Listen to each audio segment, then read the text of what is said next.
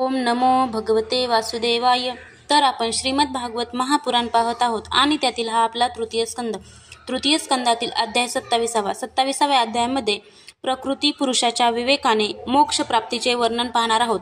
श्री भगवान म्हणाले, ज्याप्रमाणे पाण्यात प्रतिबिंबित झालेल्या सूर्याचा पाण्याची शीतलता, चंचलता आदी गुणांशी संबंध येत नाही, त्याचप्रमाणे प्रकृतीचे कार्य असणाऱ्या शरीरात राहूनही आत्मा त्याच्या सुख दुःखादी धर्मांनी लिप्त होत नाही, कारण तो निर्विकार, अकर्ता आणि निर्गुण आहे.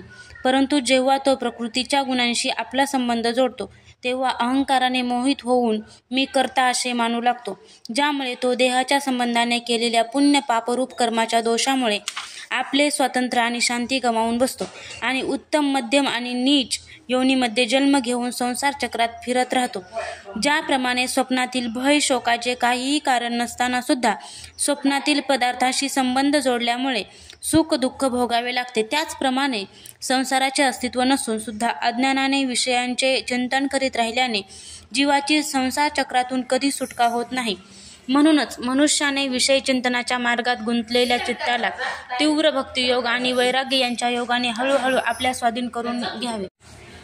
यम इत्यादी योग साधनांच्या द्वारा श्रद्धापूर्वक चित्ताला वारंवार एकाग्र करीत माझ्यामध्ये खरीखुरी भक्ती ठेवणे, माझ्या कथा श्रवण करणे, सर्व प्राणाविषयी समभाव ठेवणे, कोणाशी वैर न करणे, आसक्तीचा त्याग करणे, ब्रह्मचर्य, मौन व्रत आणि निष्ठेने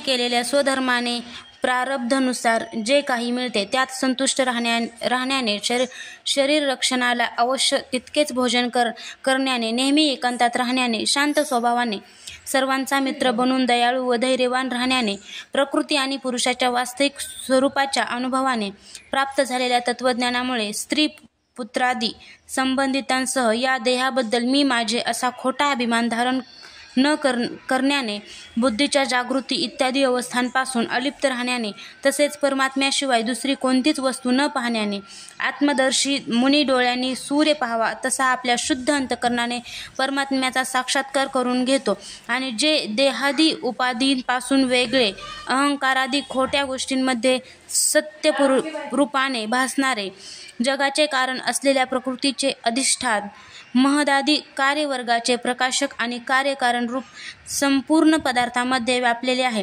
त्या अद्वितीय ब्रह्मपदाला प्राप्त होतो. ज्याप्रमाणे पाण्यात पडलेले सूर्याचे प्रतिबिंब भिंतीवर पडलेल्या कवडशामुळे पाहिले जाते आणि पाण्यात पडलेल्या प्रतिबिंबामुळे आकाशातील सूर्याचे ज्ञान होते, त्याप्रमाणे वैकारिक आदी भेदांमुळे 3 प्रकारचा अहंकार देह, इंद्रिय आणि मन यात असलेल्या आपल्या प्रतिबिंबामुळे जाणला जातो आणि पुन्हा परमात्म्याच्या प्रतिबिंबामुळे त्या अहंकाराच्या द्वारा सत्यज्ञान स्वरूप व परमात्म्याचे दर्शन होते. जो गाढ झोपेत शब्दादी सूक्ष्मभूते, इंद्रिय, मन, बुद्धी इत्यादी प्रकृतीत लीन झालेल्या वेळी स्वतः जागा राहतो आणि सर्वथा अहंकार शून्य असतो. ज्याप्रमाणे धनाचा नाश झाल्यानंतर मनुष्य आपणच नष्ट झालो असे मानून अत्यंत व्याकुळ होतो, त्याचप्रमाणे हा दृष्टा आत्मा सुद्धा सुषुप्ती अवस्थेत आपल्या उपाधिभूत अहंकाराचा नाश झाल्याकारणाने तो ब्रह्माने आपणच नष्ट झालो असे समजतो. या सर्व गोष्टींचे मनन करून विवेकी पुरुष, जो अहंकारासहित सर्व तत्वांचे अधिष्ठान आणि प्रकाशक आहे, त्या आपल्या आत्म्याचा अनुभव घेतो. देवहूतीने विचारले, प्रभो, पुरुष आणि प्रकृती दोन्ही नित्य आणि एकमेकांच्या आश्रयाने राहणारे आहेत, म्हणून प्रकृती तर पुरुषाला कधीच सोडू शकत नाही. जसे गंध आणि पृथ्वी, रस आणि पाणी ही एकमेकांपासून वेगळी राहत नाहीत, त्याचप्रमाणे पुरुष आणि प्रकृती सुद्धा एक दुसऱ्याला सोडून राहत नाहीत.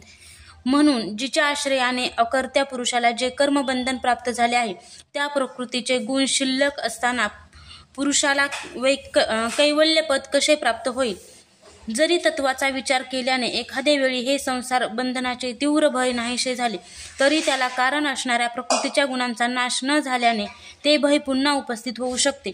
श्री भगवान म्हणाले, ज्याप्रमाणे अग्नीचे उत्पत्तीस्थान असलेले लाकूड आपणच उत्पन्न केलेल्या अग्नीपासून जळून भस्म होते, त्याचप्रमाणे निष्काम भावाने केलेल्या धर्मपालनाने अंतकरण शुद्ध झाल्यामुळे पुष्कळ काळपर्यंत भगवत कथा श्रवणामुळे वाढलेल्या माझ्या तीव्र भक्तीने तत्व साक्षात्कार करणाऱ्या ज्ञानाने, प्रबळ वैराग्याने, व्रतनियमादीसह केलेल्या ध्यानाभ्यासाने आणि चित्ताच्या प्रगाढ एकाग्रतेने पुरुषाची प्रकृती रात्रंदिवस क्षीण होत होत हळूहळू नाहीशी होते. नंतर नेहमी दोष दिसल्याने भोगून त्यागलेली ती प्रकृती आपल्या स्वरूपात स्थित आणि स्वतंत्र असलेल्या त्या पुरुषाचे काहीही बिघडवू शकत नाही.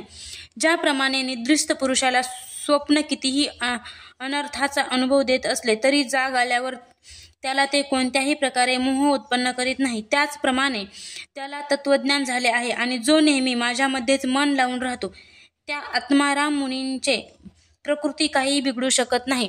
जेव्हा मनुष्य अनेक जन्मामध्ये पुष्कळ काळापर्यंत अशा प्रकारे आत्मचिंतनातच निमग्न राहतो तेव्हा त्याला ब्रह्मलोकांपर्यंतच्या सर्व प्रकारच्या भोगांविषयी वैराग्य निर्माण होते. माझा तो धैर्यवान भक्त माझ्याच मोठ्या कृपेने तत्वज्ञान आत्मसात करून आत्मानुभवाने सर्व संशयातून मुक्त होतो आणि पुन्हा लिंगदेहाचा नाश झाल्यावर एकमात्र माझाच आश्रय असणाऱ्या माझ्या स्वरूपभूत कैवल्य संज्ञा असणाऱ्या माझ्या त्या मंगलमय पदाला सहजच प्राप्त करून घेतो. तेथे गेल्यानंतर योगी पुन्हा संसारात येत नाही. हे माते, जर योगाचे चित्त योग साधनेमुळे वृद्धिंगत झालेले आणि ज्यांच्या प्राप्तीसाठी योगाखेरीज दुसरे साधन नाही अशा मायामय अनिमादी सिद्धीमध्ये अडकून पडले नाही तर त्याला माझे हे अविनाशी पद प्राप्त होते. तेथे मृत्यूचे काहीच चालत नाही. अध्याय 27 समाप्त.